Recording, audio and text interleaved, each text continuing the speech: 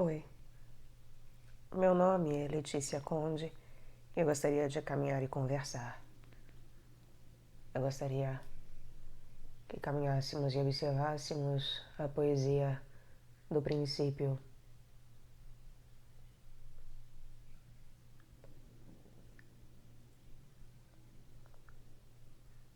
No princípio era o Verbo. No princípio é o Verbo. E no princípio e do princípio sempre virá o Verbo.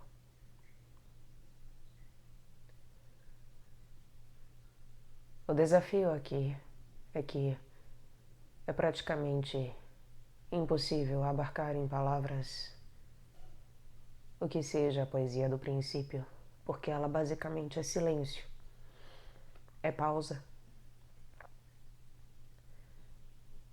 é uma profunda contemplação que visa uma ação silenciosa, uma ação que em si mesma ela oculta o próprio sujeito ativo e transforma esse sujeito em um sujeito oculto dentro da própria oração, dentro da própria contemplação e da própria ação. O que não faz com que ele não exista, mas que se torne de fato algo que é revelado somente a quem esse princípio, esse sujeito se apresenta. Pode ser descrito e podemos forçosamente, de maneira teórica, obrigá-lo a se apresentar de uma maneira pragmática, quase que empírica, porque é impossível as coisas todas simplesmente serem um acaso. Então, portanto, existe um princípio ordenador de todas as coisas. Mas isso deforma o próprio princípio, é claro. Forçá-lo a uma delimitação é deformá-lo em si mesmo. Ainda que o paradoxo seja que o princípio é a própria fixação. Ele é fixo, imutável e, portanto, é sempre o mesmo. Sempre foi, sempre é e continuará sendo o mesmo. Então, essa imutabilidade faz com que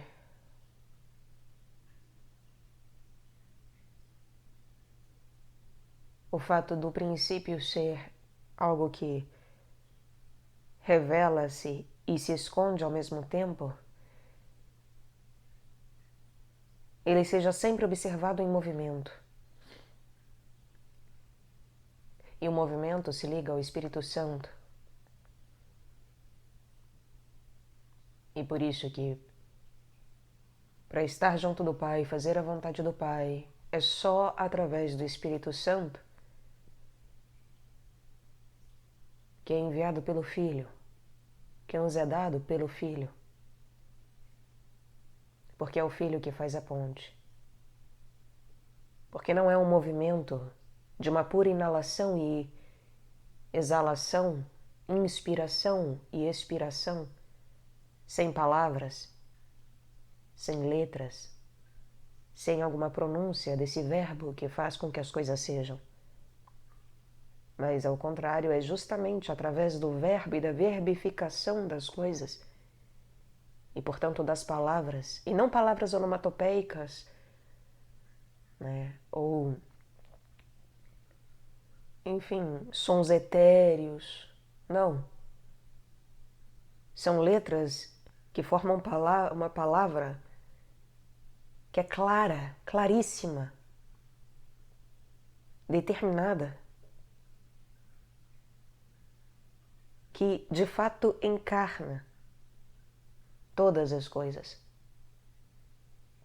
que de fato encarna a manifestação do princípio ele mesmo, enquanto ordenação e plano de todo o universo. E é claro que já vimos que a vivência disso tudo é muito difícil, é muito árdua. Ainda que ocorra pouco a pouco conosco, quando nos abrimos e ativamente escolhemos isso, porque isso tudo já nos foi dado. Quando, por exemplo, aqui, neste nosso espaço, aqui nessas nossas caminhadas, nessas nossas observações, eu falo sempre sobre apenas a Rosa Cruz e a Santa Igreja, a Santa Ordem e a Santa Igreja. Podem dizer por aí afora que existem outras igrejas, eu mesma falo. Há outras igrejas. Podem dizer que há outras escolas, e há outras escolas. Mas o fato de haver um foco apenas na Santa Ordem e na Santa Igreja, e eu afirmar que é a Santa Igreja que coordena todas as coisas ao seu redor de manifestação em termos de igrejas e de Santa Ordem, assim como é a Santa Ordem, Rosa Cruz, que coordena toda e qualquer manifestação que seja válida de escolas, ordens, o nome que se dê. E aí, é claro, lembremos, a grande parte, assim como são igrejas falsas, de pessoas que perderam as estribeiras, que não sabem o que fazem, grande parte do que há por aí de ocultismo e esoterismo, mística, etc., é bobagem, é seita, é deformação, é deturpação. Então, conhecer as coisas do mundo é algo válido, porque estamos no mundo e devemos conhecê-lo para saber, inclusive, vencê-lo. Há que se conhecer o seu inimigo, isso é inevitável. É por isso que o próprio Cristo, ele se encontra frente a frente com as sombras das hierarquias, da humanidade. Ele se encontra frente a frente com o mal, de fato, manifesto no universo. E nós também devemos passar por esse processo de ter que lidar diretamente com o mal. Então, precisamos conhecer as coisas do mundo e o mundo. Isso não significa se entregar a essas coisas, nem acreditar nelas, etc. Nem vivê-las como se fossem a verdade. Então, o grande desafio é que aqui todas as coisas que são ditas, eu não sei se vocês já repararam, mas elas têm por base sempre a tríplice manifestação, que é una manifestação, e as explicações todas são dadas especialmente através da dualidade,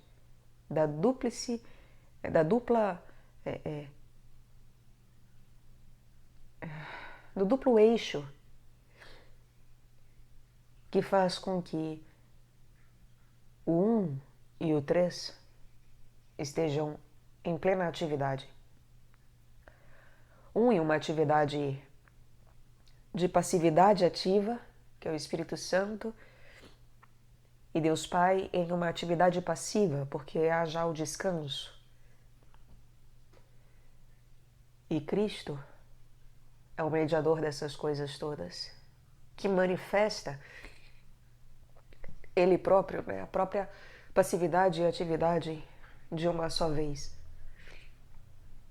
fazendo essa troca de polaridades e manifestando essas coisas todas para nós de maneira palpável em sua encarnação.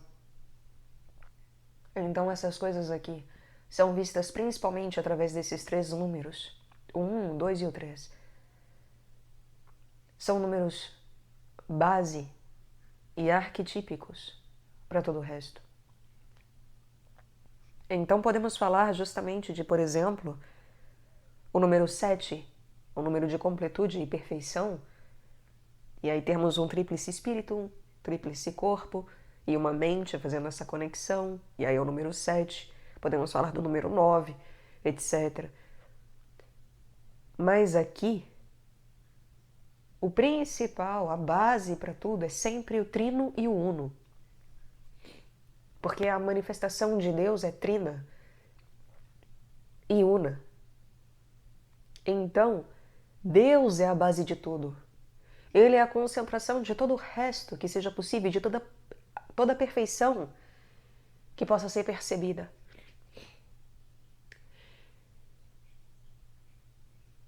Assim sendo, é por isso que eu bato tanto nas teclas, né? De coisas unas, duas e trinas. Principalmente através da dualidade. E é por isso que eu não vou falar de outras coisas senão da Santa Igreja e da Santa Ordem, por exemplo. E não adianta virem, por exemplo, sei lá, porque tal igreja ela também é válida, ou tal escola, tal ensinamento. Não me importa, porque em suma se resume a essas duas grandes santidades, essas duas grandes estruturas santas, que em união se tornam um eixo que colocam em movimentação as coisas de Deus de fato, que são passadas às criaturas. É a maneira de atrito para a manifestação enquanto ensinamento de coisas divinas. Então, é por isso que aqui, por exemplo, eu não vou levar em consideração outras coisas. E aconselho a quem esteja preparado para isso. Lembremos, não é uma fórmula de bolo, mas as bases arquetípicas são princípios, e os princípios nós devemos formulá-los para que possamos almejá-los. Então, devemos buscar o princípio de que essas são as duas grandes. Essa é a grande polaridade para que se viva de fato de maneira mais altiva possível. Então, quanto mais procurarmos apenas a Santa Ordem e a Santa Igreja, e só de maneira focada, devocional, intencional, dentro do que nos é cabível e possível, através das fórmulas que nos são dadas, ou seja, a uns, a fórmula de buscar isso é indo para a fraternidade, fazer os estudos da fraternidade. A outros, a fórmula será ir para a igreja de pedra. Eu, por exemplo, frequento a igreja de pedra.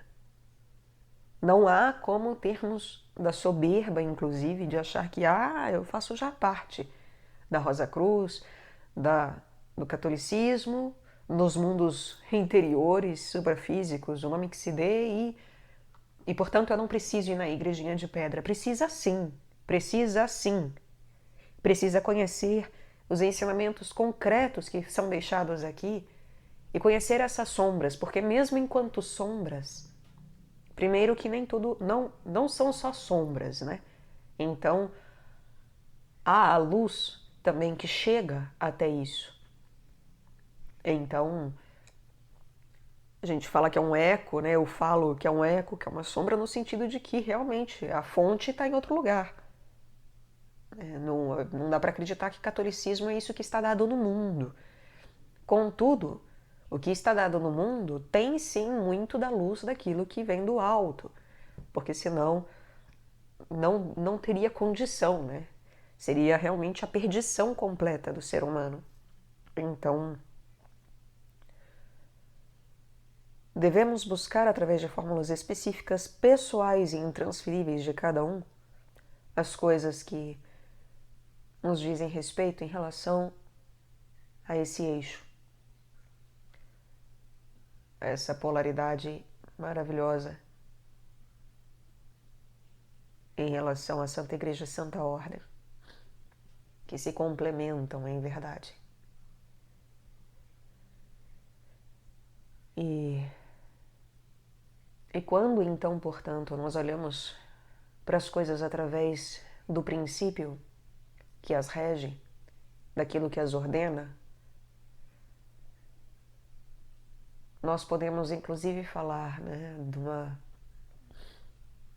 unidade das coisas e pensar, bom, por exemplo, eu sempre falo, né, Urano, planeta Urano, é referente ao pai, Netuno ao filho. E quando se diz isso, né, o próprio Netuno, não sei se vocês já repararam, o símbolo de Netuno é uma cruz embaixo, porque é a dualidade perfeita manifesta, erguendo, né, 3 setas para cima no tridente. Então, quer dizer, através da perfeita dualidade, você eleva as 3 matérias. Você, enfim, faz a subida tríplice. E isso acontece de fato, junto a Netuno. Assim como Urano é a perfeita unidade, né? O círculo que ergue e é coroado pelas 2 luas, pela dualidade, que são conectadas através também de uma espécie de cruz também, né? Porque é só na horizontalidade que se consegue, de fato, através da horizontalidade da cruz, que se manifesta essas 2 luas, uma em cada lado, que são uma só em verdade. Então, nós podemos até falar que Urano é o céu, é o universo, e na própria mitologia se diz que antes havia um espaço vazio, antes de haver a manifestação do céu e da terra, de Gaia e Urano, e que havia o caos, portanto. Mas devemos tomar cuidado, e aqui não iremos pisar já nessa questão, porque daí é realmente falar da unidade da Trindade, e isso não é possível ser falado. Aí realmente é impossível de ser dito. Porque quando nós falamos aqui, mesmo de Deus Pai, ele representando a unidade, sabemos que Deus Pai não é a unidade. A unidade é a união da triplicidade de Deus. É a manifestação una da triplicidade de Deus, enquanto uma só coisa. E não é possível falar sobre isso, senão justamente apenas que isso seja revelado a nós através do próprio Deus, né? Quando temos a honra de viver isso. Então, é por isso que não se fala, pelo menos aqui até hoje, eu não falei sobre a unidade de Deus em si, eu sempre estou falando sobre a triplicidade. E quando eu falo do um ou da unidade, é a questão do Deus Pai. Mas não se chega de fato a uma questão da unidade da própria Trindade. Assim como, justamente, né, observar a unidade de uma criatura, aquilo que ela é antes da sua própria manifestação, antes da nossa percepção de manifestação dela, é ver justamente o seu corpo, alma e espírito integrados de uma tal forma que nós ainda não temos capacidade, creio eu, de observação dessas coisas, né? Ou enfim, né? Eu não tenho capacidade e, portanto, de toda maneira, o fato de eu escolher lidar, não sou eu nem que escolho, né? Mas enfim, me ser dado lidar apenas com a triplicidade, a dualidade e a unidade, em termos de tríplice manifestação de Deus, e falar disso e usar isso como base para todas as coisas aqui, para todas as nossas caminhadas, etc. existe um porquê para isso, um porquê arquetípico, porque justamente é como as cores primárias, né? As cores primárias que formam todas as outras cores. E aí nós podemos falar de uma cor, da perfeição do arco-íris, né? e da cor branca, que daí manifesta as 7 cores, etc. Mas mesmo as cores que são manifestadas, o princípio é sempre o mesmo, de uma trina combinação para aquela manifestação. Então, mesmo as 7 cores é uma trina combinação. Então, na verdade, sempre não são 7 cores que são manifestadas, é sempre um princípio trino que é manifestado de maneira diferente. E portanto, né, o que se revela, essas 7 apresentações, né, essas 7 manifestações de cor, em verdade, elas velam pela manifestação trina. E uma manifestação trina que em verdade é através de uma possibilidade dua daquilo que é uno.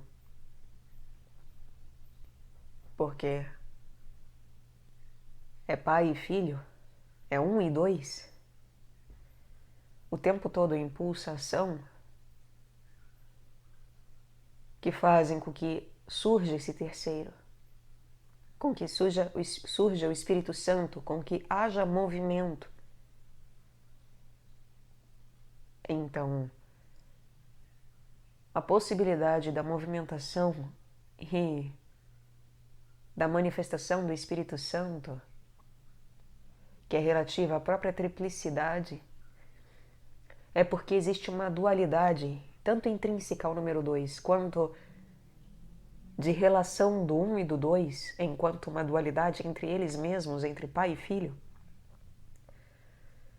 que é o que nós poderíamos dizer da própria cor branca e negra, preta,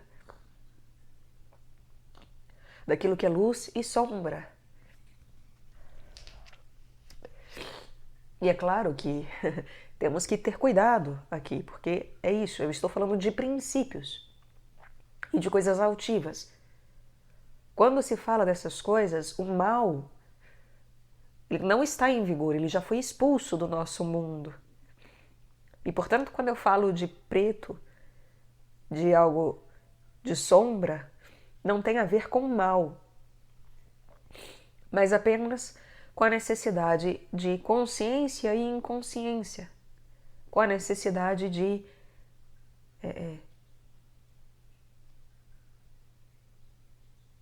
um atrito para a criação. O pai é silêncio, o filho é um verbo. Só que eles não estão em oposição e, portanto, não há mal. Não há mal no verbo. Só porque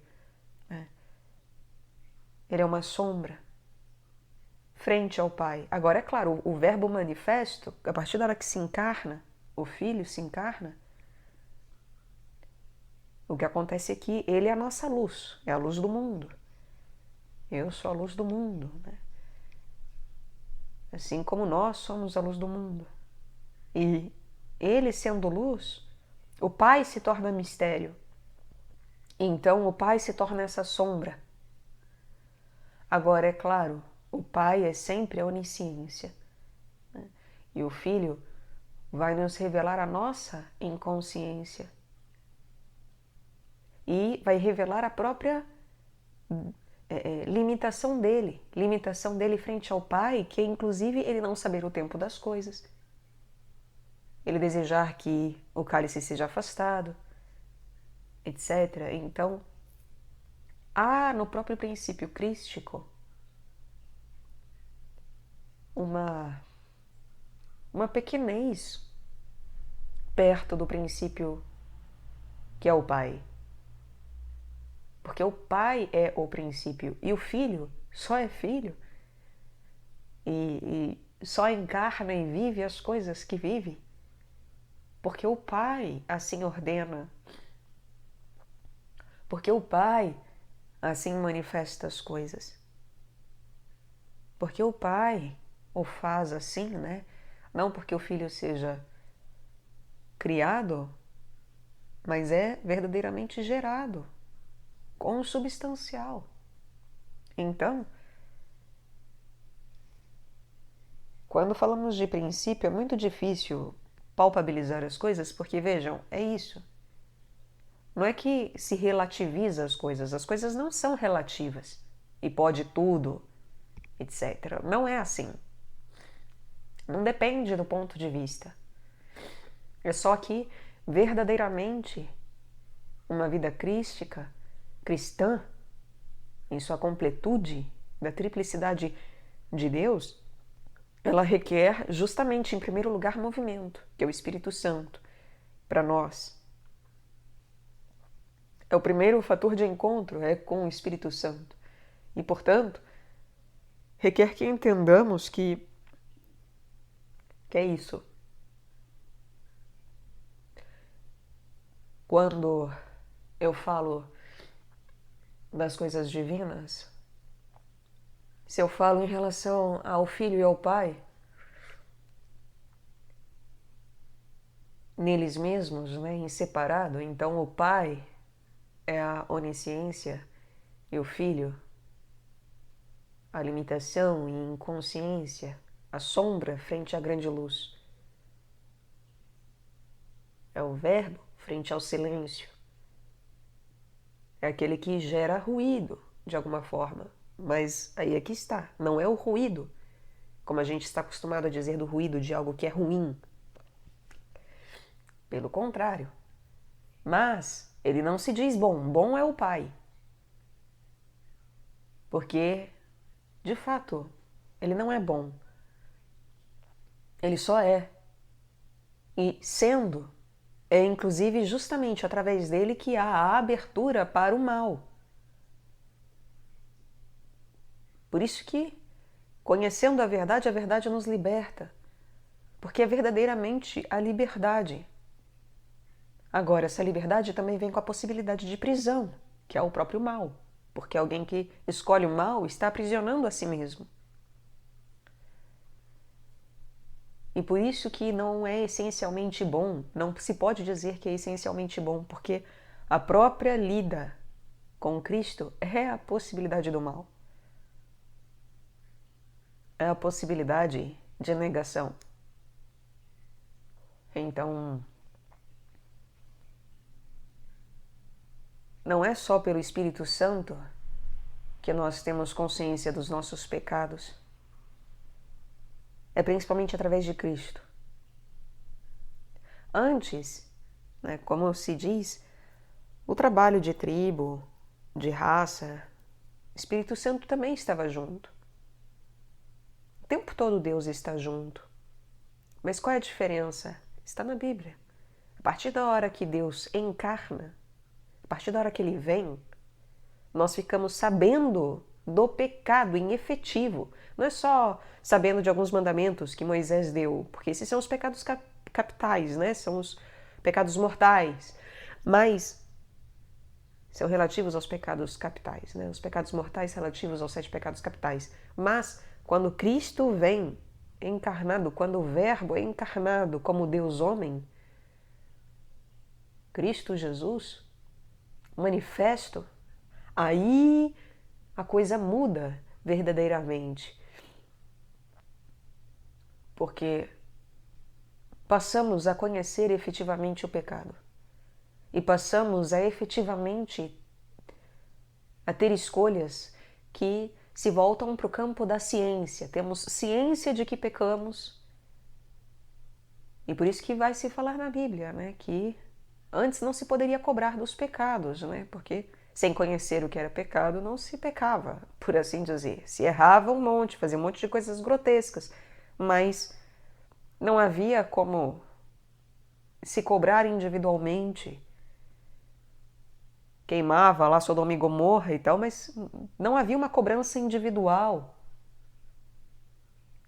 Nós não tínhamos essa noção do pecado individual. E, a partir da vinda de Cristo, da encarnação do Verbo, Filho do Deus vivo, nós passamos a saber. E, portanto, a partir daí, realmente, a escolha de bem e mal, ela separa a joio do trigo. E por isso que aqui eu friso de que é preciso ser um buscador sincero. Errar na sinceridade é uma coisa. Agora, eu errar sabendo que estou errando e escolher errar, isso vai me custar caro, muito caro. E é muito complicado porque isso mexe conosco de diversas maneiras, mas, por exemplo, eu fumei durante 14 anos da minha vida. Desde os 14 anos até os 28, indo para os 29, eu fumei cigarro. Muito. Eu gostava de fumar. E fumei maconha também, mas muito cigarro. Eu gostava do tabaco. E eu sei hoje que se eu voltar a fumar, eu posso passar uma semana fumando. Não precisa ser outros 14 anos. O fato de hoje eu ter uma ciência e uma consciência mínima sobre o que é e os males espirituais que aquilo me faz, não é corporal não é câncer no pulmão, isso aí não é o problema. Né? Isso aí não é o problema. Eu não tenho que temer aquilo que me tira a vida de carne, de pedra, da carne pedra. Eu tenho que temer aquele que pode me tirar a vida eterna. Isso é bíblico, né? Eu não temo os assassinos. Eu temo aquele que me tira a verdadeira vida. Então, se eu fumar, eu sei que, frente aos 14 anos, vai ser muito pior. Muito pior. A consequência vai ser muito, muito, muito, muito mais severa do que 14 anos fumando. O meu sofrimento de purgatório vai ser muito maior. Então, para alguém que olha e fala, não, é muito pior 14 anos fumando, como assim? Porque 14 anos fumando você prejudicou muito mais o seu pulmão, né? Você prejudicou muito mais o ar que você respirava, e aí o seu átomo semente, e a memória, etc. Mas se eu fizer isso agora, a queda é muito mais grotesca, meus amigos. Então, quanto mais vai sendo dado, mais nós vamos sendo cobrados. E é muito difícil,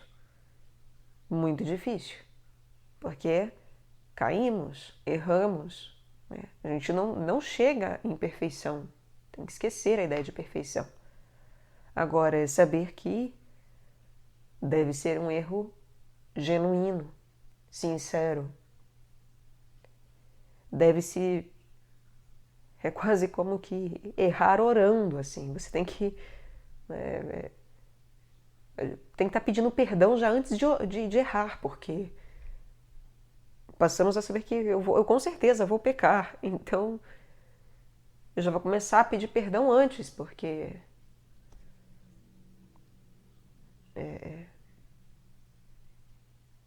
com certeza a minha dívida será grande. Com certeza. Porque é isso, né? A partir da hora que a gente vai conhecendo o Cristo, nós precisamos escolher o trigo. É uma responsabilidade, é um dever e salvação. Não só nossa, mas dos outros, inclusive.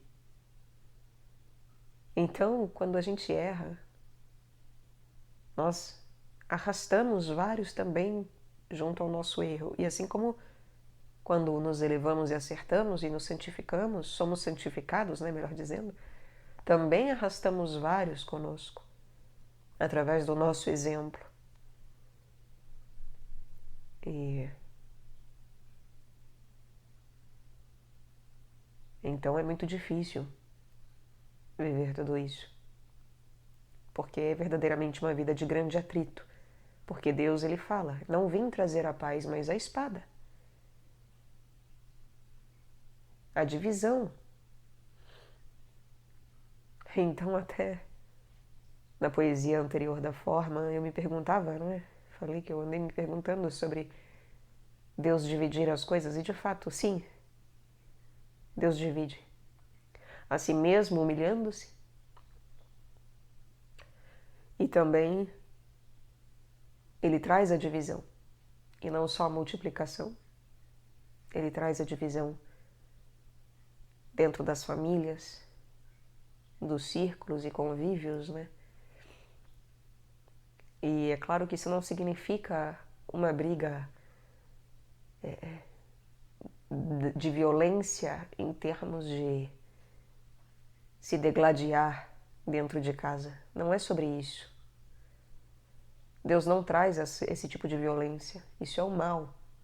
Agora, Deus traz verdadeiramente uma divisão que é como eu comentei, de que muitas vezes os nossos próprios pais vão ser aqueles que vão falar, né? Não, não vai por aí, não, vem por aqui. E nós devemos saber dizer, não em alta voz, mas saber dizer, vá de retro. E ouvirmos aonde que Deus nos chama a ir, nos convida a ir.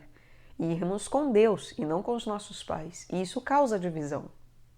Então não é bater boca, não é, né, uma divisão de briga física, violenta ou mesmo verbal, não. Mas é uma divisão de que realmente, muitas vezes isso vai gerar frustração, desentendimento, desânimo, solidão. Então, o Cristo, Deus Filho, Cristo Jesus, ele em si mesmo, antes mesmo de se tornar homem, né, encarnar, ele em si mesmo é um princípio de uma dualidade. E essa dualidade é a possibilidade de manifestação do próprio mal. Por isso um anticristo. Não é um antipai, um anti-Espírito Santo. A gente peca contra o Espírito Santo e a gente realmente ofende Deus de diversas formas. Mas é um anticristo que há, né? Ainda que o próprio Cristo diga aquilo que é dito contra Deus Filho, isso é perdoado, mas contra o Espírito Santo isso não. Não é perdoado. Porque a partir da hora que a gente ouve o Espírito Santo, né, já é a retificação, é a possibilidade de retificação. E precisa ser purgado e ser tratado porque é a possibilidade própria da evolução nossa. É como foi exemplificado com a fórmula do bolo. Não tem como ser perdoado eu colocar cerveja na fórmula do bolo. Eu preciso passar pela purgação disso e pela penalização disso para que eu aprenda. É inevitável. Vem, então. Porque essas coisas todas de que falamos o tempo todo é justamente o princípio em vigor e ele é fixo. É fixo. E, portanto, as coisas que acontecem têm esse princípio fixo de como elas acontecem. E muitas vezes nós, inclusive, conseguimos justamente explicar o porquê acontecem. Mas o princípio em si, por mais que eu aqui descreva um princípio justamente com uma parábola do bolo, que tinha alguém com um bolo, que colocou uma cerveja no bolo, e aí a pessoa teve que aprender de maneira um tanto quanto dolorosa de que não vai cerveja no bolo. E, portanto, assim, aos poucos, aprendemos a fazer o bolo de maneira correta. Ou então vamos realmente jogar fora a nossa possibilidade de aprender a fazer bolo, o que é realmente trágico, né? É perder realmente a evolução, é evoluir num grau que realmente você perde a possibilidade de continuar junto dos irmãos, né? E, enfim, é realmente algo trágico. Agora, por mais que se descreva através de historieta, figuras, imagens, o princípio em si mesmo é como eu comentei ao começo. Ele é uma fixidez, mas uma fixidez que gera movimento, que está aliada ao movimento. Então, eu só consigo ver a fixidez do princípio quando eu consigo observar o movimento das coisas, aplicar esse princípio a várias coisas, e portanto esse é o movimento de aplicação do princípio em várias coisas, em vários momentos, sendo que na aplicação em si, dentro desse movimento, há ainda a dualidade a ser trabalhada.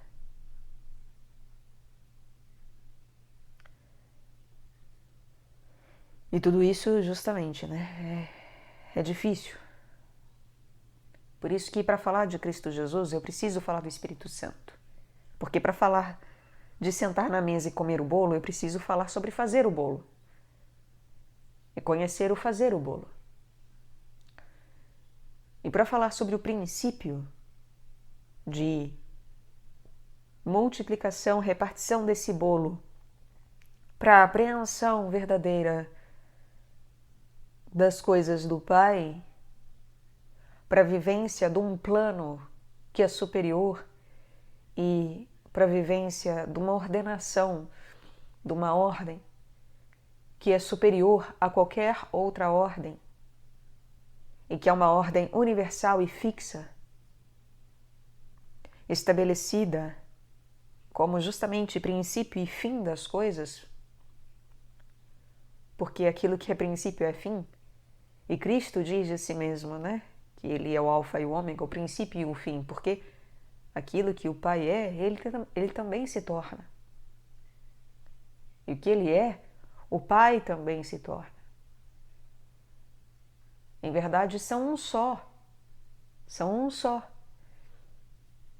Como mente e coração são um só. E a pulsação entre eles, a troca entre eles é o próprio Espírito Santo. Então são três e um.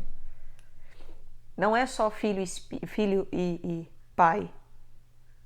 Porque não é uma mente e um coração sem pulsação. Tem que ter a pulsação. E por isso que tem o Espírito Santo. Tem que ter a pulsação. E quando eles nos enviam o Espírito Santo, é quando justamente essa pulsação chega até nós.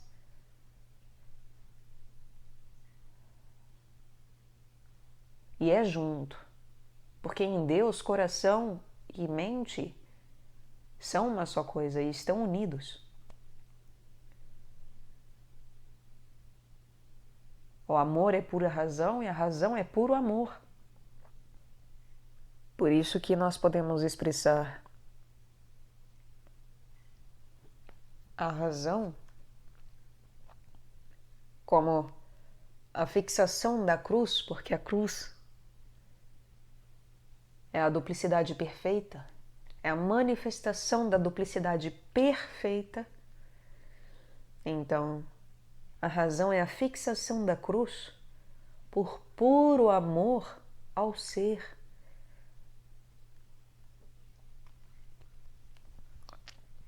E por isso que é puro amor. Por que Deus faz as coisas? Por amor. Por que Deus Pai doa seu Filho? Por amor. Por que Cristo Jesus aceita fazer a vontade do Pai, encarnar-se, vir, morrer por nós? Por pura razão. Porque é a única coisa lógica que há a ser feita.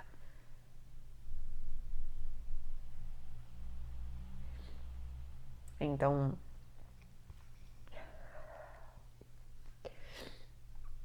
a fixação da cruz, a cruz que o Pai carrega, é justamente a possibilidade da elevação das criaturas através de seu Filho. porque ele carrega através de seu filho, né?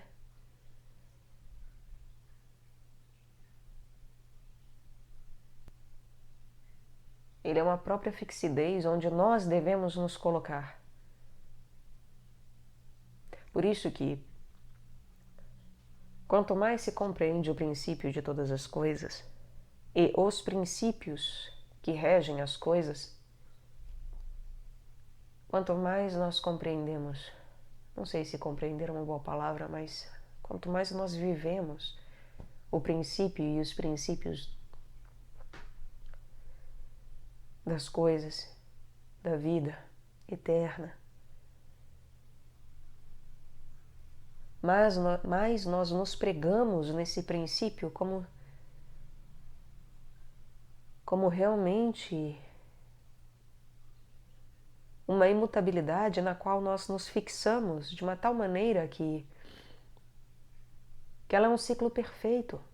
E é por isso que aí sim no Pai é quando a cruz se transforma em círculo. Um círculo de um ciclo perfeito de manifestação e criação, mas que não carrega a ideia nem de Ouroboros e nem do que hoje a gente conhece de círculo. É uma perfeição pela pura perfeição em si. Não é da dualidade mais. Não é o yin e yang, por exemplo, porque a dualidade perfeita está na cruz. Mas a manifestação do plano em si, do ciclo, um ciclo de evolução ou de uma espiral, que é isso, a possibilidade da manifestação de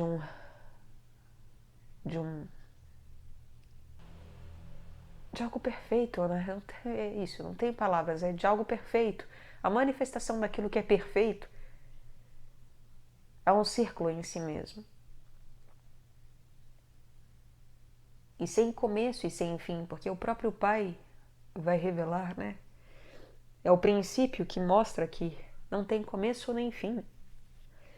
Como o próprio número zero. E por isso que o Pai, que é a unidade, ele revela a própria unidade da Trindade. Mas unidade essa, como eu comentei, sobre a qual não se fala, né? No alemão é possível falar do Pai.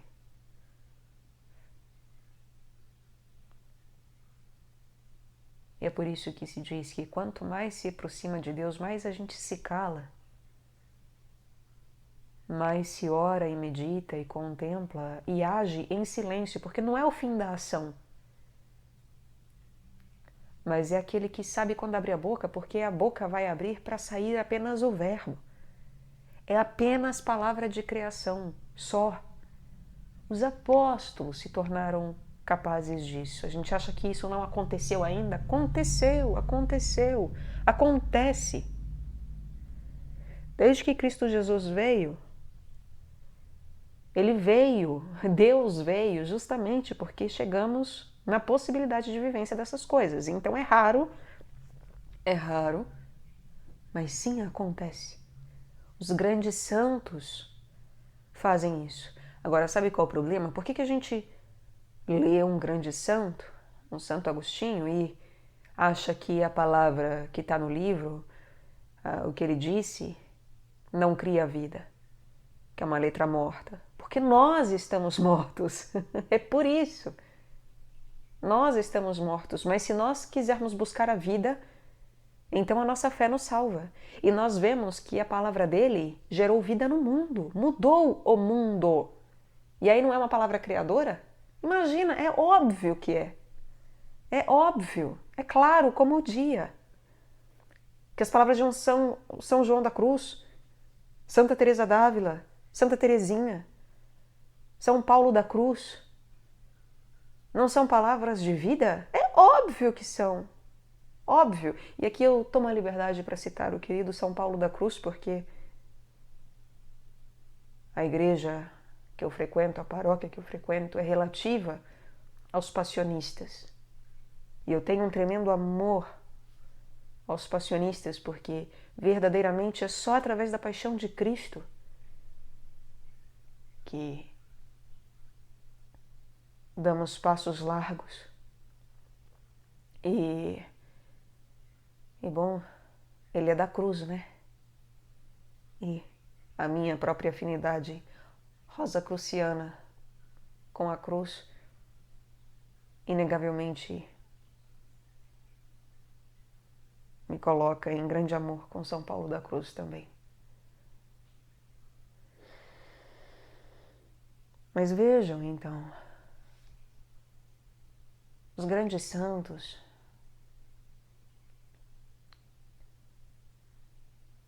ainda que justamente mesmo sem título de doutores da igreja, mas principalmente os doutores, que são vários, eu sempre cito os mesmos, mas são vários,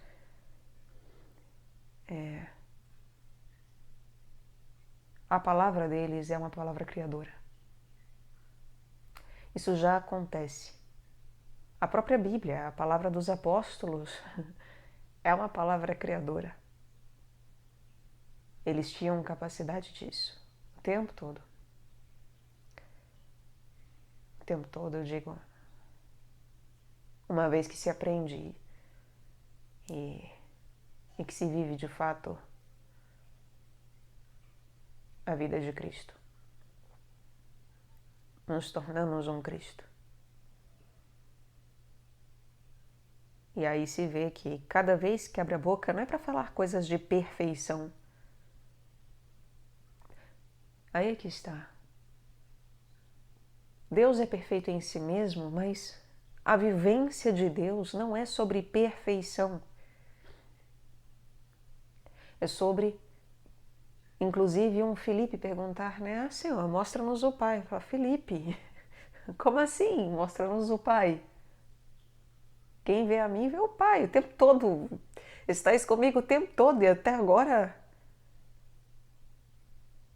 nada, né? Me perguntas, me pedes isso e por quê?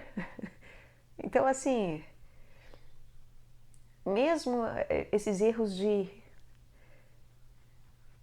é isso, de uma ignorância sincera, né? De uma busca sincera e um erro sincero de interpretação das coisas, inclusive, isso faz parte. E é por isso que Deus toma sobre si a cruz e toma para si e a internaliza, fixando-a, porque é justamente a possibilidade de realmente nós sempre estarmos em evolução, sempre estarmos caminhando, sempre estarmos buscando. É algo lindo. É quando verdadeiramente nos tornamos como anjos, porque é quando nos colocamos em movimento, que é o Espírito Santo. E o movimento que não é por si mesmo, mas porque verdadeiramente nos tornamos imagem e semelhança de Deus, em que abre dentro de si a possibilidade da manifestação daquilo que é ruim, que abre dentro de si a possibilidade da negação das coisas, que abre dentro de si a possibilidade da sombra, que depois será tirada como joio e tacada ao fogo. Sim, isso acontece e acontecerá. Agora, há que se abrir a possibilidade. E queimar o joio é, inclusive, justamente, sempre, na evolução, errarmos e sanarmos esses erros. Agora, eu sempre falo sobre há certos males, né? O caso do diabo é específico porque é realmente o errar deliberado. O erro deliberado, isso chega uma hora em que não é mais aceito, não é mais possível, não é. Não é. Agora, um erro sincero, por uma debilidade nossa, uma fraqueza nossa, simplesmente porque isso sim existe enquanto possibilidade eterna, isso é magnífico. Porque isso mostra justamente que não é o mal que nos dá liberdade. Não é o mal que nos possibilita o próprio atrito. Não é o mal. É Deus Ele mesmo, enquanto manifestação principial das coisas, enquanto um princípio de liberdade e de verbificação da dualidade e movimentação o tempo todo dessa dualidade que é uma só coisa, que é uma única carne, e dessa única carne que coloca em movimento essa dualidade que tem a sua individualidade respeitada.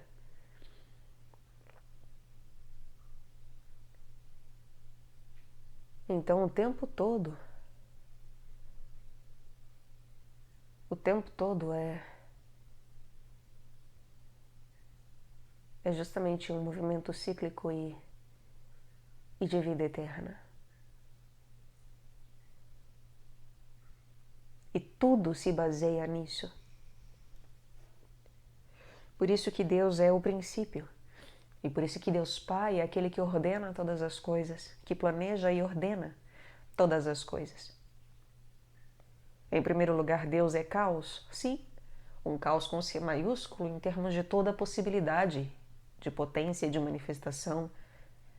Sim. Só que a partir da hora em que há criação e manifestação, Ele próprio se manifesta como trino. E, portanto, Deus Pai, que é o que encabeça e cria todas as coisas, é a partir dele que tudo é feito, tudo é manifestado através do seu Filho, do Verbo, e o movimento que há entre ambos, tudo se torna referente ao Pai, porque é Ele que ordena. Então, Ele é o princípio, o grande princípio. Por isso que quando eu falo de coisas, por exemplo, literais, simbólicas e arquetípicas, o que é aquilo que é arquetípico vai ser relativo ao Pai. Sempre as coisas fixas que dão ordenação, regimento, coerência às coisas, é sempre em relação ao Pai, é sempre relativo ao Pai. É claro que quando nós olhamos só para... Então, aí é que está, né? Quando nós olhamos só para o Espírito Santo e Cristo Jesus, por exemplo, então é Cristo que vai ordenar as coisas. Ele é o mestre. Se nós tratamos de uma dualidade, nós com o mestre, então o mestre é o cabeça, é aquele que ordena as coisas para nós. Nós só somos ordenados através do mestre. É sempre o mestre. Não é ninguém mais que ordena, inicia, principia. É sempre o mestre. E é sempre Deus. Sempre Deus. Não é o padre que está lá fazendo algo. Ele chama Deus e Deus se faz presente para que, de fato, Deus o faça. Quando batiza, por exemplo, uma criança ou mesmo um adulto, não é o padre por ele mesmo que faz algo. É Deus. É Deus. Agora, o padre, ele representa, porque que é um pai? Porque é justamente aquele que ordena. E, de fato, ele dá ordem para o Espírito Santo vir e o Espírito Santo vem. Ele ordena que o Filho venha e o Filho vem. Ele de fato ordena as coisas. Então o princípio ele é ordenador. Ele coordena, ordena, ele chefia, ele organiza, ele, enfim, inicia, principia todas as coisas, né? Porque mesmo quando chamamos o Espírito Santo, né? Pedimos para que o Espírito Santo venha, o Espírito Santo só vem se Deus Pai e Deus Filho o enviam também. Ele vem, mas o Padre chama e ele vem, mas porque também Deus Pai e Deus Filho enviam o Espírito Santo, é sempre através deles. Então, por isso que temos que ter toda a cautela, porque mesmo enquanto sacerdotes, mesmo imbuídos de imagem e semelhança e poder similares a Deus e dando ordenação a uma pessoa de Deus, ordenando uma das pessoas de Deus, seja o Filho, seja o Espírito Santo, ainda assim é claro que a prerrogativa é sempre de Deus. Isso é claro, independentemente, né, do quão santa a pessoa seja, mesmo os apóstolos, não importa, mesmo Pedro, a prerrogativa é sempre de Deus, sempre, sempre. Porque ele é o verdadeiro princípio, ele é o verdadeiro Pai, ele é o único sujeito, o único princípio, o único fim, o único meio. É o único que efetivamente contempla e faz. É o único que é verdadeiro silêncio, verdadeiro verbo, verdadeiro movimento, verdadeira música celeste, verdadeiro poema, verdadeiro poeta. Só Deus, né? E nós somos porque somos seus filhos adotivos, né? Ele nos toma para si e nos dá seu Filho. E é muito lindo porque, como princípio organizador e ordenador das coisas, quando nós olhamos de maneira, por exemplo, astronômica, né, nós vemos Urano. Urano, justamente a partir da hora que nós vencemos Saturno Lúcifer.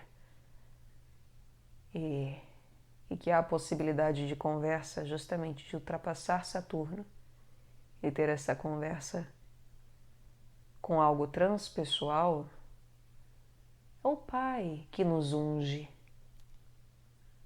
Unção é Cristo. Cristo significa o ungido, né? É o Pai que nos unge, é o Pai que nos faz um Cristo. Não é o Cristo que nos faz um Cristo, é o Pai. Assim como o cálice, Cristo pede para que, se for possível, seja afastado. Mas Plutão, que é o cálice da vida e morte, ou da morte e ressurreição, é o Pai que entrega na mão do Filho, depois que foi ungido. Por isso que Urano é o Pai, Netuno é o Filho, Plutão é o cálice da ressurreição, morte e ressurreição. O cálice que faz com que efetivamente Cristo Jesus seja revelado como o novo Adão. Porque sem a ressurreição, também de nada o resto adiantaria. Esse é o tamanho da importância de Plutão. Ah, é planeta ou não é? Velha história, né? Eu espero que aqui, essas coisas bobas do ser humano, né? Como eu falo, né? Ai, Quirón, um asteroide. Aqui a gente não pode pensar em termos astronômicos, né? Levar em conta a ciência dos homens. Nem a lógica da ciência dos homens, a lógica de Big Bang. E lembremos, Big Bang é uma teoria que foi formulada por um padre. Igreja Católica. Né? Então, às vezes a gente acha que está lindo, maravilhoso, indo contra a igreja e não conhece de fato o que são as coisas da igreja, né? Não entende que para se falar do universo e ter uma teoria dessa, tem que ser católico. Porque é a Santa Igreja que é responsável pela ordenação das coisas universais. Ou, em outras palavras, né, para quem gosta de iniciação, falar de iniciação e Rosa Cruz e tal. Iniciações maiores, catolicismo. É só a Igreja Católica enquanto o Pai ordenando as coisas. Por mais que se diga, né? Por mais que a gente possa, então, o que são princípios? A gente pode falar, por exemplo, sobre as iniciações menores que são referentes à Rosa Cruz. A gente pode fazer um paralelo, porque é o que nos sobra, né? Assim, é o que nos é dado em termos de que a vida pública de Jesus Cristo tem o seu paralelo em relação às iniciações menores. Mas se nós olhamos realmente para a vida de Jesus Cristo, na verdade, as iniciações menores se referem à vida de Jesus. É a carpintaria, é a vida ali com José e Maria, a vida depois, os 3 anos, enquanto um Cristo, ou melhor, me perdoe, enquanto o Cristo Jesus, ou o Jesus Cristo, é referente, em verdade, às iniciações maiores. Agora, é como eu falo, como só se conhece o recorte dos 3 anos públicos, então, arquetipicamente, ele tem uma equivalência com várias coisas na vida, não é só com a iniciação, com as iniciações menores. Agora, aprender, né, sobre a pessoalidade é Jesus. Aprender sobre a transpessoalidade, sobre o que se diria, né, o sistema solar, o sistema que é uraniano, aí é Cristo. E aí a Igreja Católica. E é claro, o catolicismo é muito mais do que o sistema solar. É realmente sobre o universo. Assim como mesmo a vida de Jesus não é só sobre o planeta Terra. É realmente sobre os sistemas, enquanto particularidades. Porque toda pessoa é um sistema.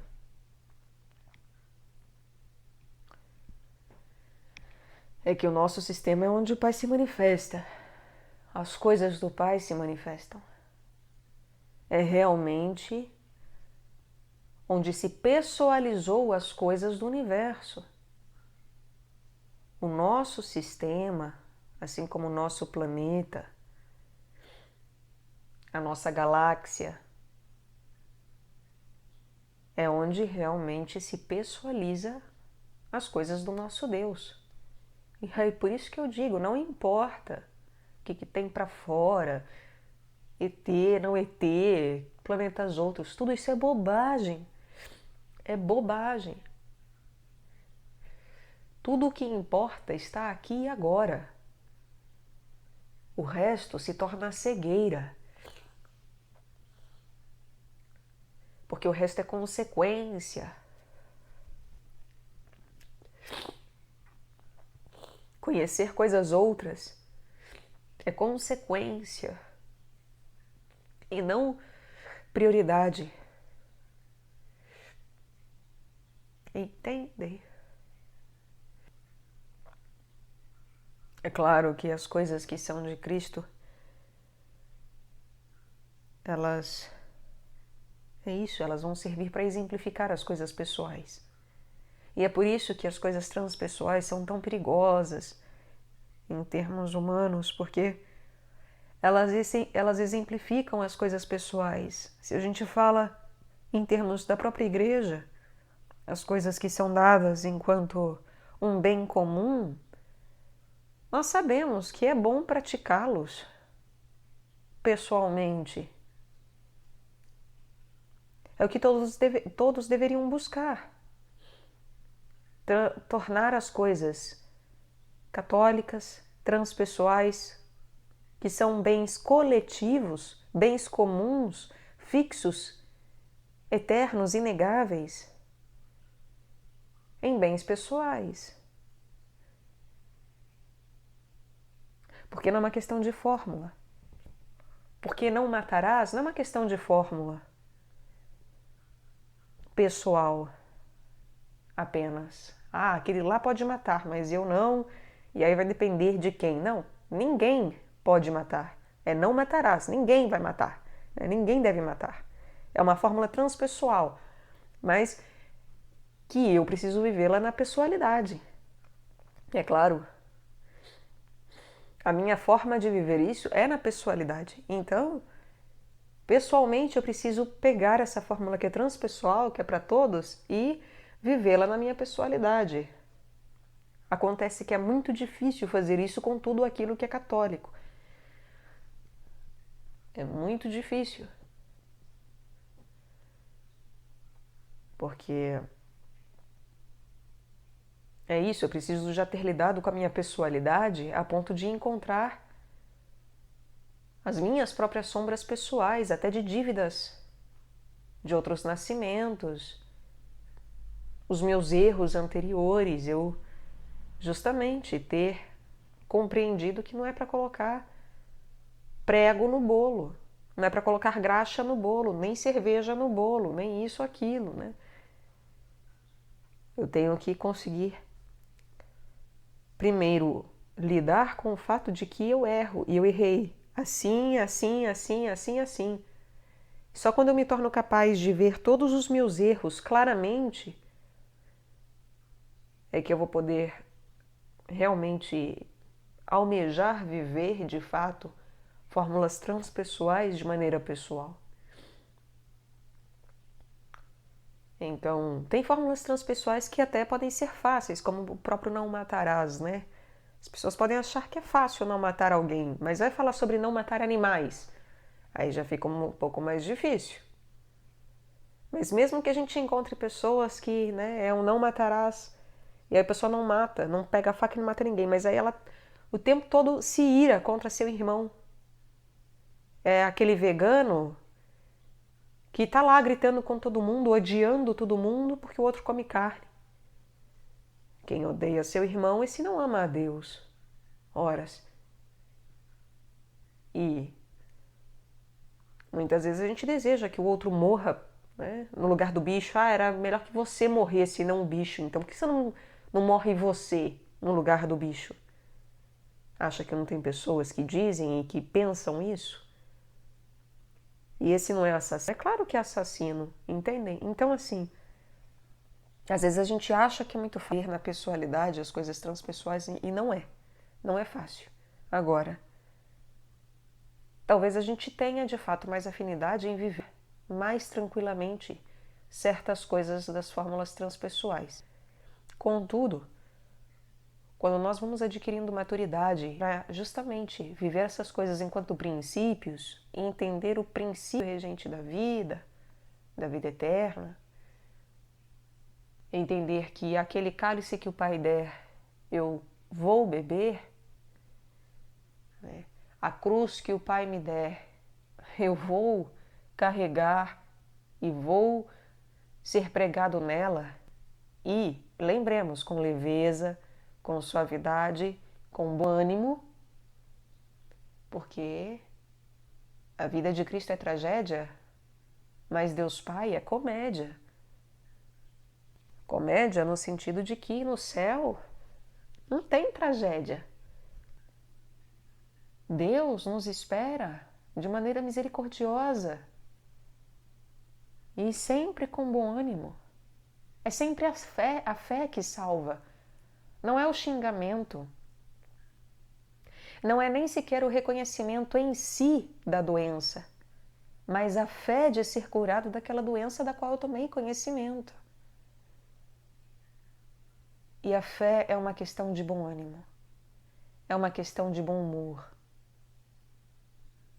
E aí temos que ter cautela, porque não é a comédia satírica. Não é o que a gente conhece por comédia no mundo dos homens. A comédia que eu falo aqui, ela não foi alcançada ainda. É verdadeiramente o riso do júbilo, do gozo, da alegria. O tempo todo na Bíblia fala, né?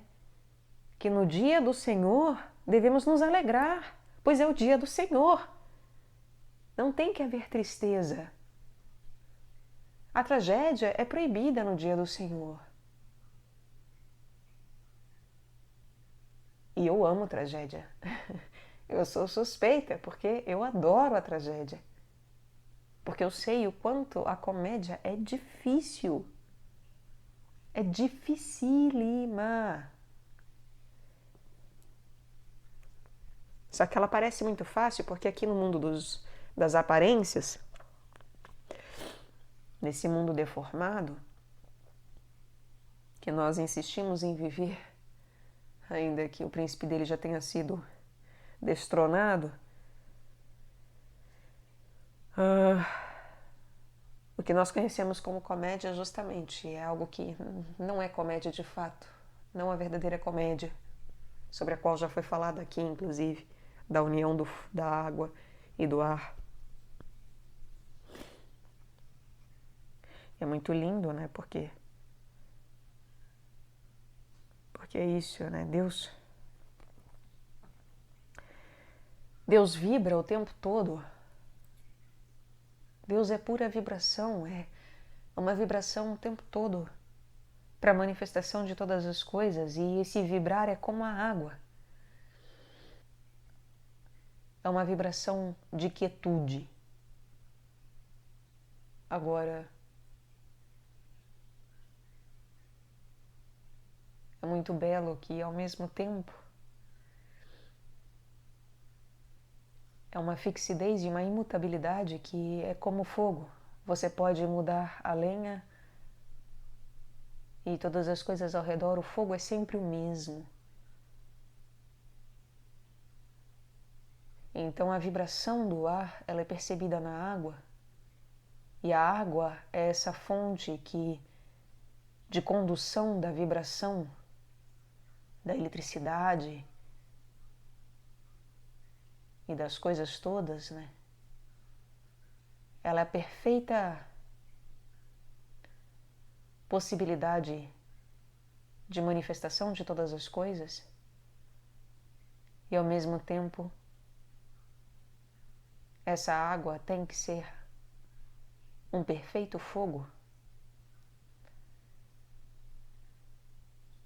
que é o único elemento verdadeiramente fixo, né? Igual o tempo todo. Imutável o tempo todo. Indiferenciado em si mesmo. Único. Ainda que paradoxalmente o fogo seja o que revela a individualidade e, portanto, a singularidade e não a igualdade. E a água, que revela todas as nuances e vibrações e possibilidades de manifestação, é aquela que, paradoxalmente, na qual reside a homogeneidade, né? A dissolução.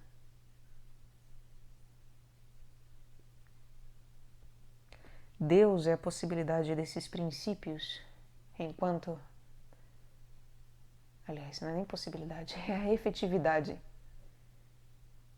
e efetivação desses princípios todos enquanto manifestação. E nós, que somos imagem e semelhança de Deus, em verdade, nós também somos princípios. Mas não em nós mesmos, e sim por Deus.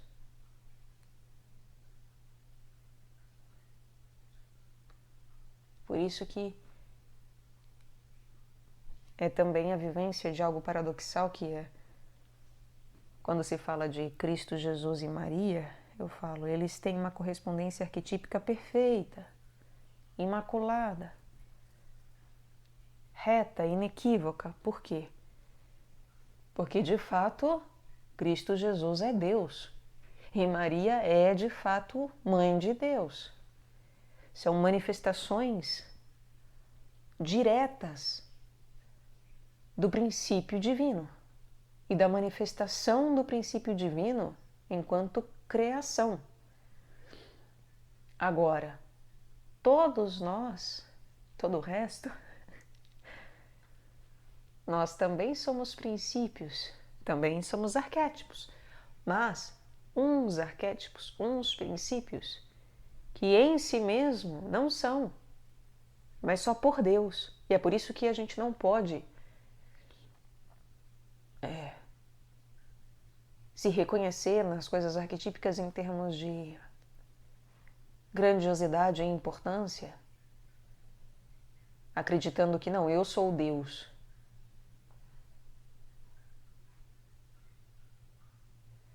Deus se manifesta através de mim. E Ele me faz como Ele. E somos deuses, mas só o Deus é Deus. Então, as próprias palavras se tornam pequenas e poucas e falhas. E a nossa surdez e cegueira piora tudo, né? Em termos de justamente explicar o inexplicável, mas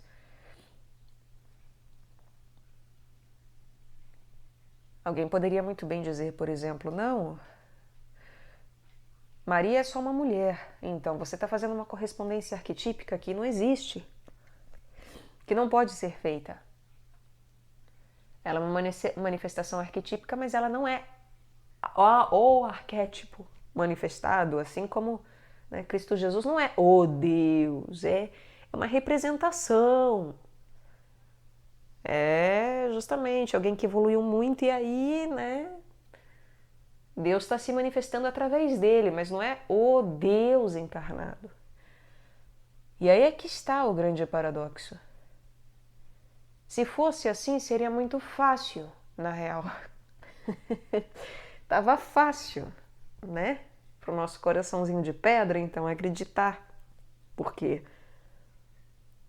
assim eu fico acreditando que Deus é uma abstração. É algo que eu não consigo apalpar, capturar.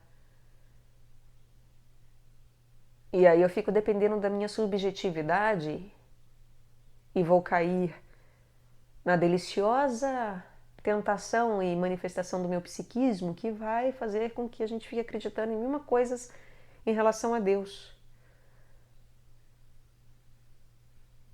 Sendo que quando eu tenho que assumir que Ele encarnou, que Deus, o Deus, único Deus, encarnou, fez-se homem, humilhou-se a si mesmo,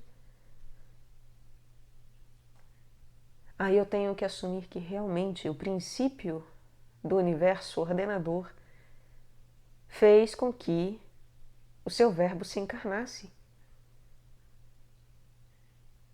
entre os homens, aqui, nesse planetinha, nesse lugarzinho tão insignificante. E isso gera um atrito gigantesco que é: eu sou obrigado a entender que eu não posso ter um reconhecimento arquetípico com Deus em termos de que eu não sou Deus. Mas Deus pode me escolher e me capacitar para se manifestar através de mim. Só que isso é diferente do que foi Cristo Jesus e Maria. Porque eles não foram pessoas capacitadas para viverem o que viveram. Eles são a própria manifestação daquilo que é. Mas nós, não.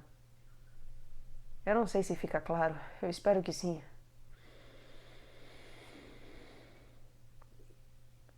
Porque com isso eu sou obrigada a lidar com uma dupla possibilidade efetiva. de manifestação das coisas que gera atrito e que é muito difícil de ser lidada, porque ou eu fico acreditando que Jesus Cristo não é exatamente Deus encarnado, mas a manifestação de Deus através de alguém, e enfim, que as coisas são assim, então quer dizer, qualquer um então, né? Aí a gente pode colocar graus, não, mas é porque ele é o primeiro, e aí tem um outro lá que é o segundo, o terceiro. Enfim, começa então, se criar manipulações astutas, racionais de interpretação para se lidar com o fato de que eu não consigo aceitar, né? Não conseguimos nós aceitar de que é Deus, ponto. Porque a partir da hora que eu tenho que aceitar isso, a partir da hora que eu entendo que é Deus manifestado, encarnado, eu sou obrigado, se torna meu dever dar graças a Ele e fazer-me humilde como Ele. E se possível mais, né? Obras maiores do que o que Ele fez, porque inclusive eu vendo que sou uma reles criatura e que eu não sou absolutamente nada por mim mesmo, em mim mesmo, etc. Eu tenho que me humilhar mais ainda, né? Dar um jeito, o que é impossível, porque... Mas eu verdadeiramente tenho que almejar fazer obras maiores do que ele fez, porque é só o que resta. É verdadeiramente a única coisa que resta.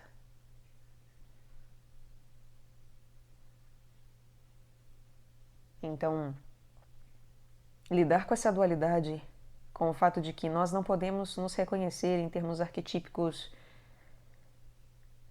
por soberba.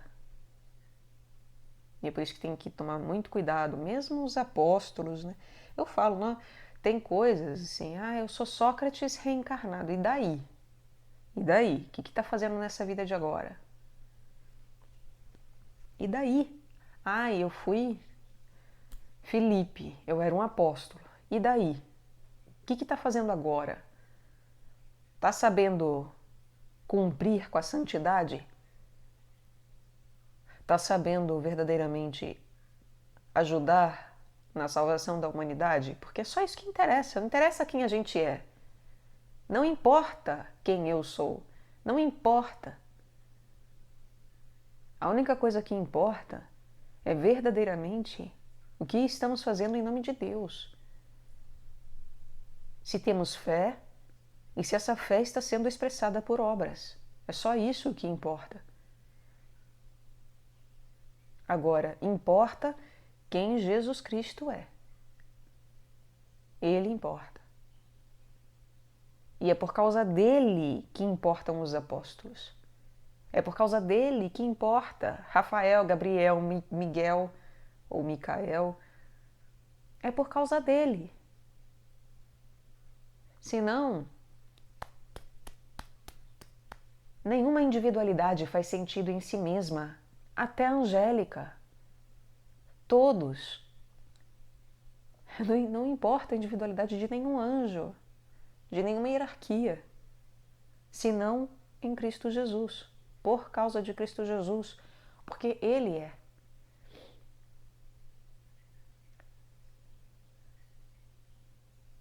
E aí, quando reconhecemos isso, nós vemos que mesmo a individualidade dos anjos,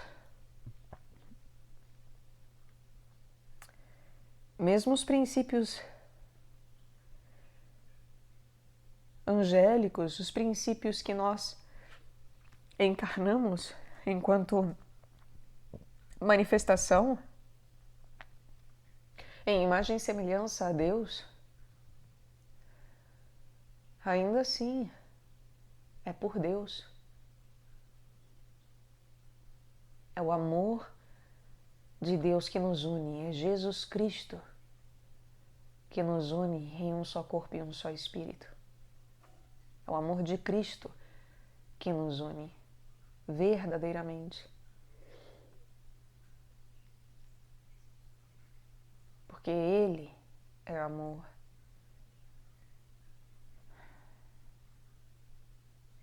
E todas essas coisas são princípios.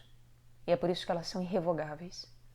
Não é que elas simbolizam a elevação humana. Não é que elas simbolizam alguma coisa espiritual. Não é que elas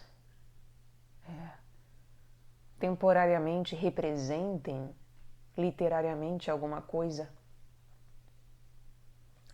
Efetivamente são princípios. Porque efetivamente o princípio as verbalizou. O princípio as comunicou e as movimentou. Então, é somente quando nós compreendemos a questão daquilo que é um princípio e que, portanto, é irrevogável e só é alcançável a partir da revelação do próprio Deus para conosco em nossa vida, é só a partir daí que efetivamente podemos começar a compreender a vida como um todo unificado e inequívoco. Todas essas coisas, elas são uma questão, inclusive, de razão. É a razão superior. É uma razão com R maiúsculo, que verdadeiramente mostra como que não há... É irracional escolher outras coisas que não essas todas que são aqui faladas. E é por isso que nós podemos falar de coisas culturais, mas é bobagem, né? Por isso que eu dou minha bronca nos poetas, né? De que ainda há muito que se caminhar, porque verdadeiramente para que eu vou, por exemplo, usar culturalmente das coisas do Brasil, falar de Curupira, Saci, sei lá, usar dessas figuras, que é possível, vejam, é possível, tá? É possível pegar lendas e mitos culturais e imbricar com as coisas crísticas. É muito bem possível. Agora, para quê? Para quê? Para que pegar coisas nórdicas e misturar com Cristo? Para que pegar coisas brasileiras e misturar com Cristo? Para que pegar coisas de qualquer cultura e misturar? Então é por isso que aqui, assim como eu dizia no começo, o foco é e sempre será apenas Cristo Jesus, o Espírito Santo e Deus Pai. Apenas as coisas unas, duas e trinas e as coisas que a razão, essa razão com R maiúsculo, nos revela enquanto princípio, para que as coisas sejam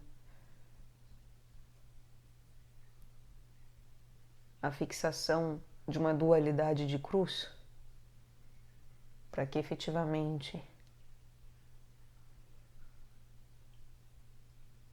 a matéria possa ser elevada, a tríplice matéria possa ser elevada e a nossa própria tríplice manifestação criatural possa ser elevada. Porque o nosso espírito, nossa alma e nosso corpo estão corrompidos. E só Cristo, é só através de Cristo que eles podem ser novamente erguidos. E é o que Netuno faz. Quer dizer, obviamente não é Netuno em si, né? Netuno é a personalização disso em termos estelares, mas não é Netuno. Netuno não é ninguém perto de Cristo, né? Em termos de que, enfim.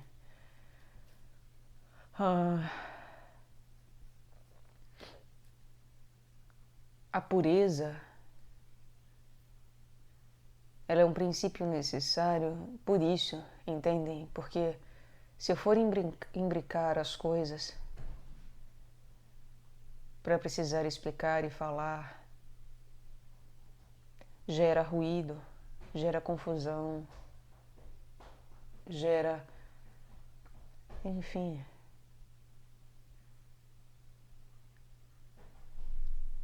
gera movimentos desnecessários para aqueles que aqui estão. Então, eu espero que entendam que a necessidade de pureza, de pobreza, castidade, obediência, porque é isso que é pureza, ela é inegociável. A necessidade dessas coisas e do arrependimento é inegociável em termos de que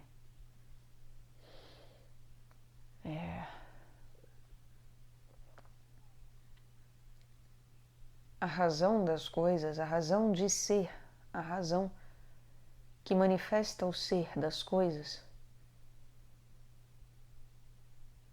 ela pressupõe essa pureza para conseguirmos vivê-la e observá-la minimamente, para que de oculta ela possa ser manifestada minimamente, para que vendo Cristo vejamos o Pai.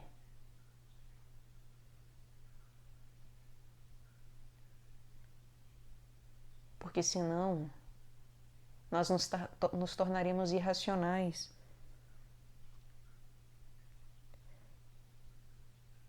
E por isso que muito da loucura está associada a Urano, inclusive. Muito. Então,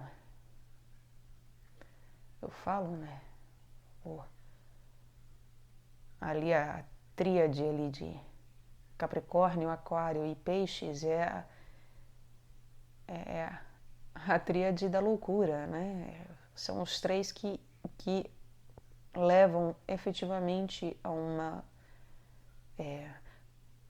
manifestação daquilo que é irracional de uma maneira muito complicada de ser lidada depois, uma vez que aquilo se instala enquanto problemática de doença na nossa vida. O que não quer dizer que seja impossível de ser lidado. Tem coisas que é isso, né? Parecem impossíveis para o homem, mas para Deus nada é impossível. E devemos compreender que a racionalidade, quando se fala da razão do Pai, essa razão ela é puro amor. E, portanto, é uma razão que nós não compreendemos de maneira banal. Por exemplo, às vezes nós achamos que uma pessoa nascer com uma problemática física que a limita e, por exemplo, ela nasce, sei lá, incapaz de viver por si mesma, né? Ela vai sempre depender dos pais e ela fica presa a uma cadeira, a uma cama, impossibilitada de se manifestar de alguma forma e vai ter uma vivência que nós vamos dizer, né, que ela tem um nascimento perdido, porque ela não consegue de fato ter um material bom o suficiente, minimamente, para desenvolver fé, para desenvolver compaixão, para desenvolver características cristãs de manifestação. Só que, quando dizemos que a razão divina é puro amor, Isso significa que também existem pessoas de determinado calibre espiritual que, por conta dos outros, aceitam esse tipo de manifestação carnal. O que isso significa? Significa que existem pessoas, eu estou afirmando isso, existem espíritos que são avançados e que, se eles veem a oportunidade, por exemplo, de pessoas, de uma família, que, se eles encarnarem lá, naquele seio familiar, com toda essa debilidade, aquelas pessoas vão ter a oportunidade de desenvolverem a fé. Aquelas pessoas vão ter a possibilidade de desenvolver compaixão. Aquelas pessoas vão ter a possibilidade de se tornarem mais cristãs. E tem espíritos que escolhem isso. Então, por isso que eu falo, nós temos que tomar cuidado em achar que, por exemplo, a pessoa tem uma debilidade, pronto, é porque fez algo na vida passada. É porque está pagando dívida, é porque, sei lá. Porque ela está em estado de desmonte. Já não há possibilidade de evolução para ela. Quem falou que a vida dela é sobre ela? Agora é claro. A grande questão é, temos calibre para viver isso? Se eu falo para vocês que se tornar santo é se tornar santo para isso, quem que vai querer ser santo? Porque é muito fácil falar que a gente deve se tornar um Cristo para ser pregado na cruz. A cruz não acontece mais. Ninguém vai morrer na cruz, em aparência. Mas e se eu falo que nós devemos ser santificados para nascer num corpo que é deficiente mental e físico, para que os outros desenvolvam fé? Quem que vai falar eu quero?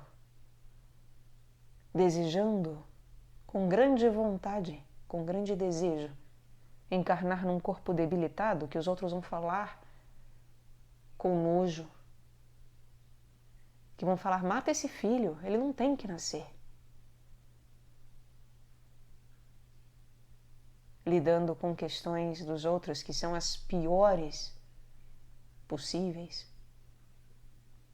com todo mundo achando que o pior é você, que você encarnou ali porque você fez algo de muito ruim, com certeza.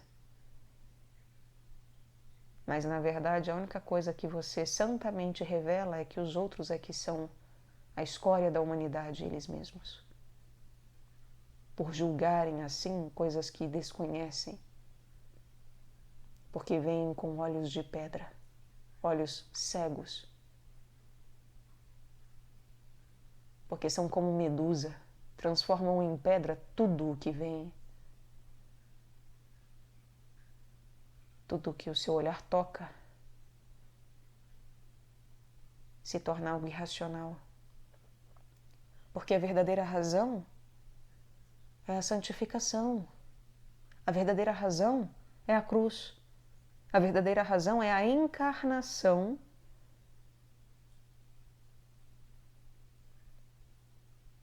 para que o amor seja manifestado em relação ao ser.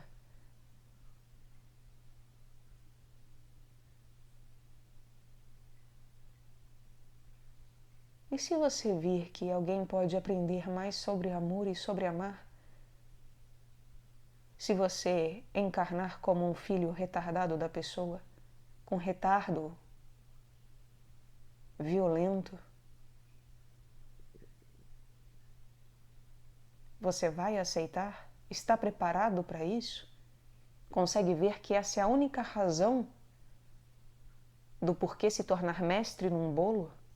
Não para fazer um bolo lindo, maravilhoso, em que eu vou convidar todo mundo para tirar fotos e ganhar likes, me chamarem de Cristo, ter meus 12 seguidores que vão escrever sobre mim e virar um best-seller no universo, não é mesmo?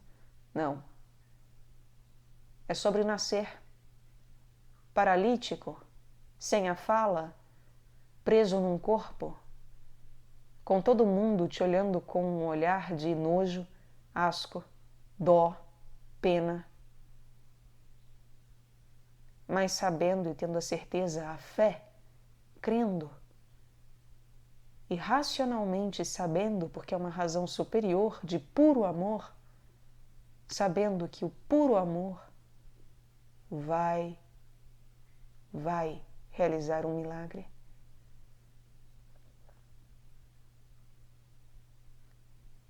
Se as pessoas ao redor daquela pessoa, que no caso é você encarnado em debilidade, a aceitarem.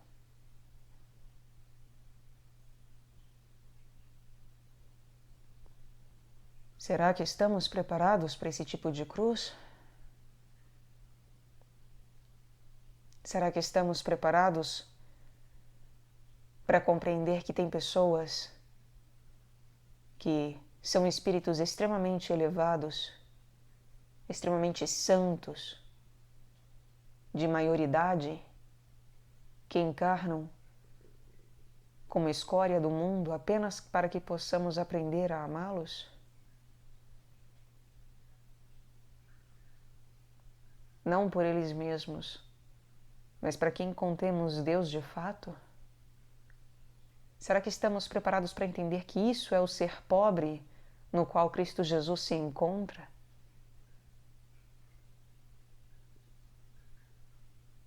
E que são os pobres que testemunharão a nosso favor ou contra?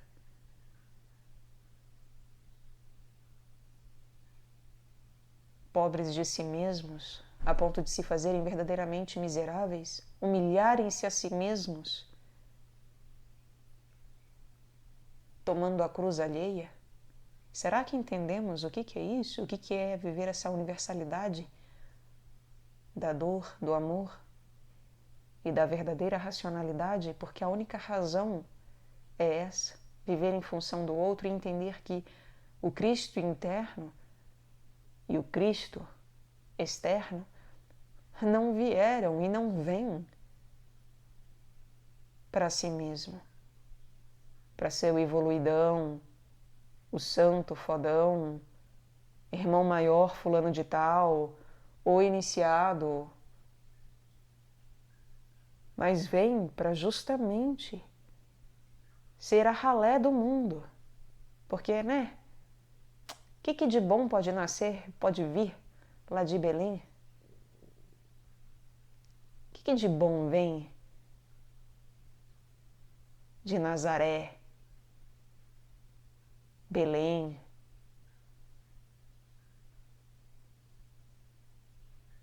O que sai de bom desses lugares? Nada, né? Ralé.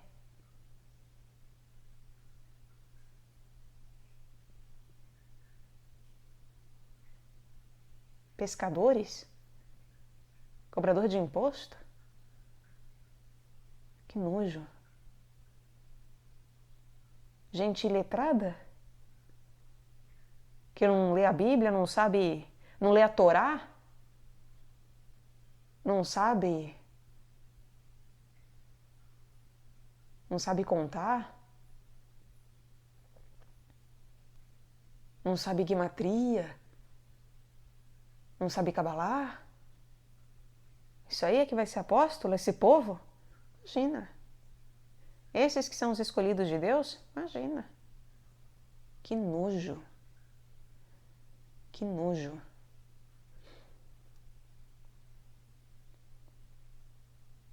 É assim que a gente age, na verdade, né? Querendo ver Deus crucificado de novo e de novo.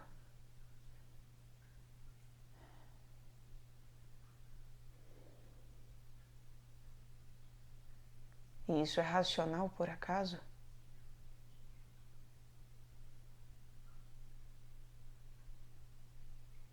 Agora vejam.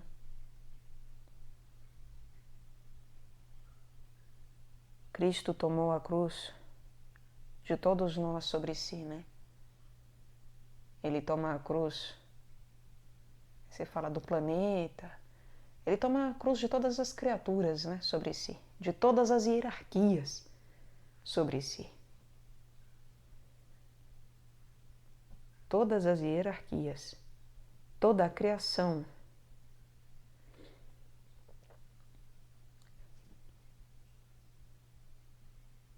Nós devemos tomar a nossa cruz individual.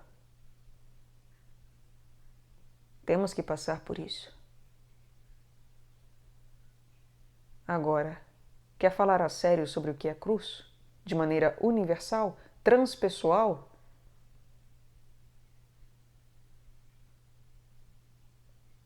É tomar a cruz alheia sobre si.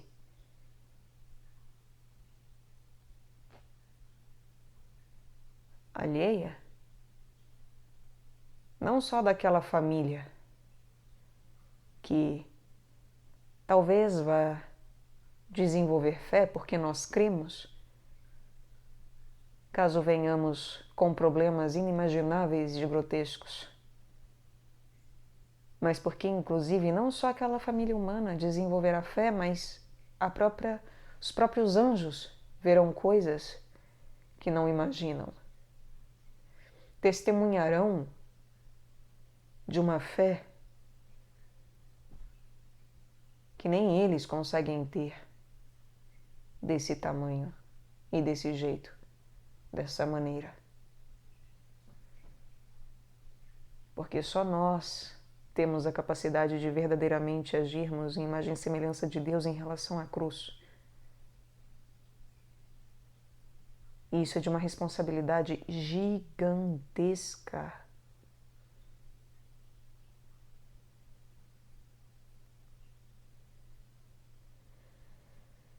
Então, meus amigos,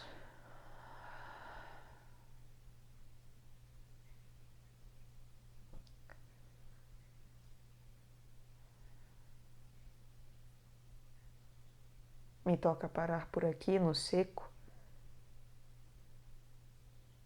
em relação a essas coisas duras, para que pensemos, para que reflitamos em nossos corações e mentes se verdadeiramente estamos preparados para as coisas celestes, se realmente somos buscadores sinceros da cruz, como a de Cristo. Ele era imaculado, ele é imaculado. Qual cruz ele carrega sobre si? É a de todos, isso é óbvio.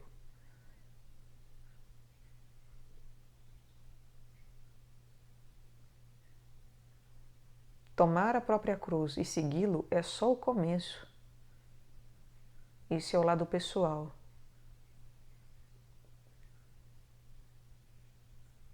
Será que temos coragem de fazer pelos outros exatamente o mesmo?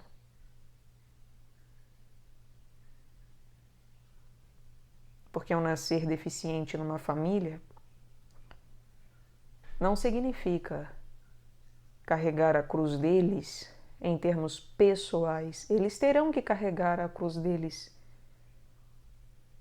que é referente à pessoalidade deles. Mas através dessa transpessoalidade, eu sei que ao eu aguentar uma determinada cruz sobre mim mesmo, o outro fará o mesmo. Seguirá o exemplo por amor. Amor de parentesco,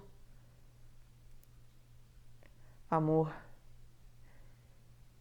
de encontro, o que seja, como quer que seja, enquanto uma fórmula revelada na vida alheia, mas de amor. Isso é difícil.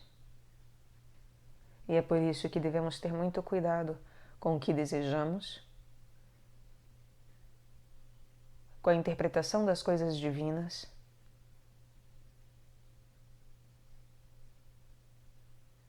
e também com a maneira como julgamos aquilo que vemos com olhos de pedra como uma medusa, sem entender que a razão de Deus é verdadeiramente loucura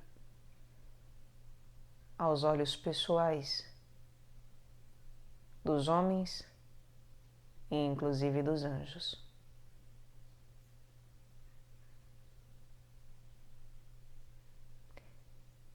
Que Deus nos dê sempre, todo dia, agora e sempre, de sua paz. E que verdadeiramente Ele capacite aqueles que vão sendo chamados e escolhidos a viver essas coisas todas. Porque creiam, os campos estão brancos, prontos para a colheita. Então aqueles que verdadeiramente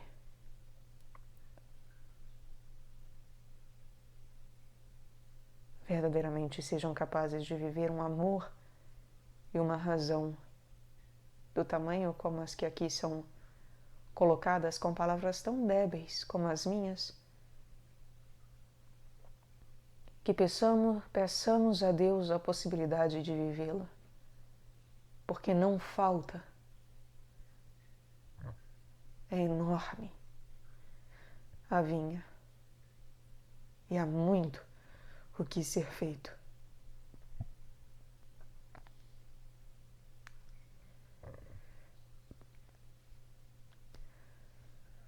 Que Deus vos guie e vos guarde, meus amores, meus amados.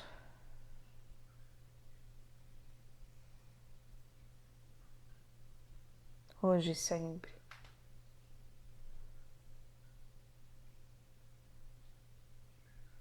Amém. Um forte abraço.